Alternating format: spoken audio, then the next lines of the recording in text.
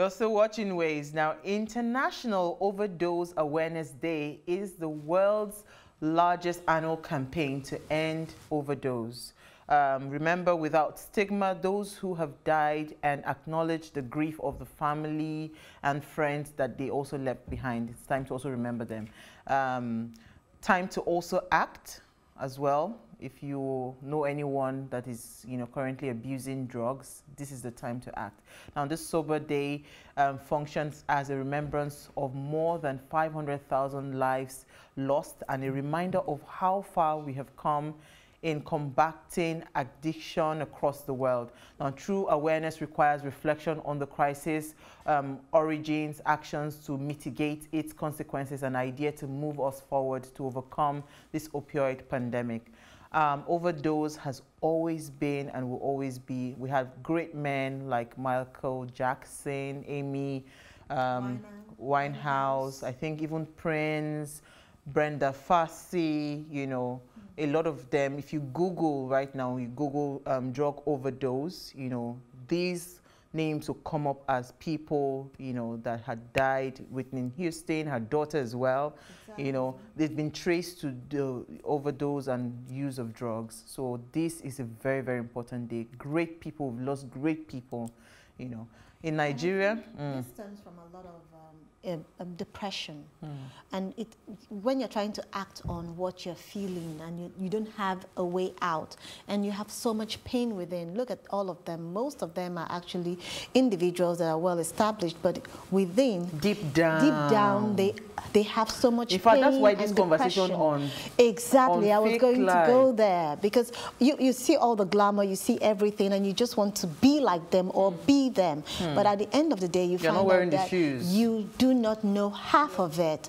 Let's not even look at the fact that the glamour it's depressing on its own, because they feel that people expect so much from them. Wow. So it's essential. Right by other people and exactly. to live a perfect life. Puts them under a lot of pressure that they can't even meet up with. Exactly. It forces them into a lot of depression. Absolutely. And into overdose and drugs. Absolutely. Honestly, yes. So our heart goes out to, and please, if you know anyone currently going through this, please, this is the time to actually reach out and talk to them. Yeah. It's not worth it losing your life. Honestly, it's not worth it. It can be avoided. And, funny thing is that from 2020 up until now, there have been reports of high use of drugs. High use of people because actually. Of COVID. Yes, and COVID a lot more people are on antidepressants. Because so it's not a joke. It's because a lot of people are depressed.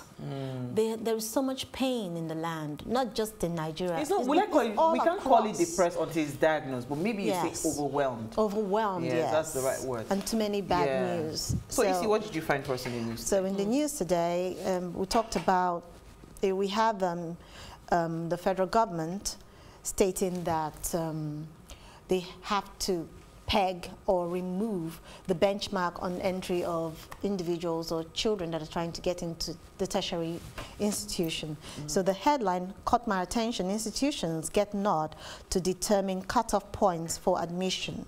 So for me, what they also said is that the Joint Admissions and Matriculation Board has adopted the minimum cutoff marks for 2021 admissions sent by tertiary institutions. And this means that there will be no uniform cutoff marks for 2021 and 2022 admission process. Why is that? Because they decided that they just want to do that. And they didn't really state the reason why, but they stated that they wanted the tertiary institutions to be in charge of it.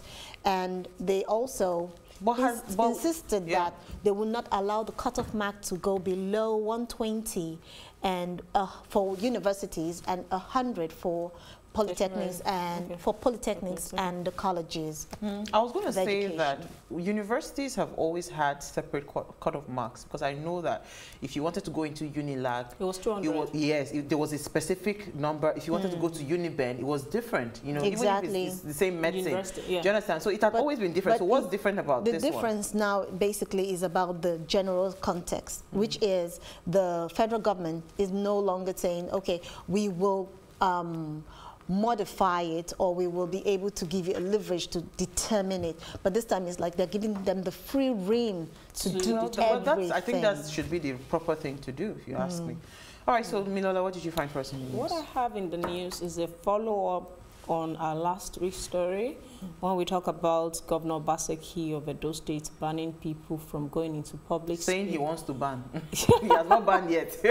Stating that people should not be allowed into banks, churches and alls if they do not present a COVID test, a vaccine certificate. Yeah, vaccine certificate. So in reaction to that, the federal government has said that has restrained Edo State from barring unvaccinated people from public places.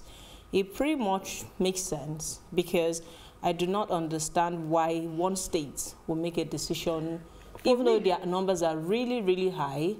You have to understand that has everyone been vaccinated first before you can then say why you want to bar people. Thank you, That was the conversation I had last week when I took this, because I was the one that took this story. I said something. Oh, yeah, it was you. Before you even decide that you want to say, put a law like this, what is the level? Are there vaccines available? If every member of Edo State now, every citizen of Edo State say, you know what, I want to be vaccinated right today, now, do you have those vaccines available? So you can't just put the cart before the horse. I guess so I'm happy that somebody is actually the government, and this was a publication done today. No, that was yesterday actually.